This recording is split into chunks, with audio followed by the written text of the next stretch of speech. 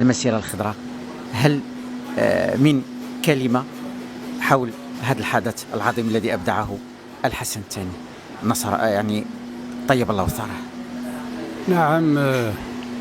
أنا دائما أعيش هذا الحماس هذا، لأن إحنا الجيل ديال الاستقلال دائما باقي فينا الحماس، ولدابا إلا احتجنا الواجب الوطني فإحنا موجودين باش نكونوا جنود ديال الوطن، وجنود ديال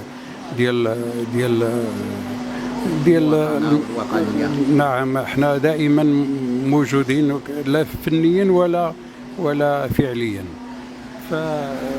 فالانتاجات دابا راه عندي واحد الاغنيه على الصحراء، جاي من الصحراء، جاي وجاي يبني الهول، جاي من الصحراء، جاي وعندي ما نقول صحراء مغربيه. صحراء مغربيه هذا هو المعقول.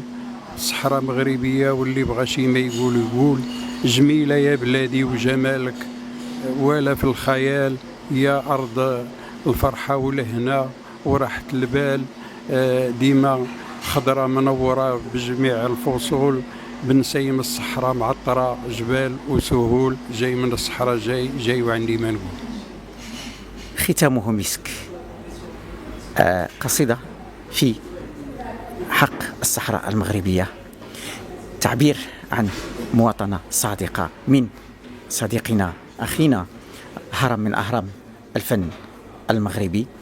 سيدتي وسادتي، إلى هنا نأتي على نهاية هذه الحلقة ضمن السلسلة الحوارية التي نجريها بمناسبة الذكرى الخمسينية للمسيرة الخضراء، في وفاء تام لقسم المسيرة. فإلى ضيف آخر أقول لكم إلى اللقاء.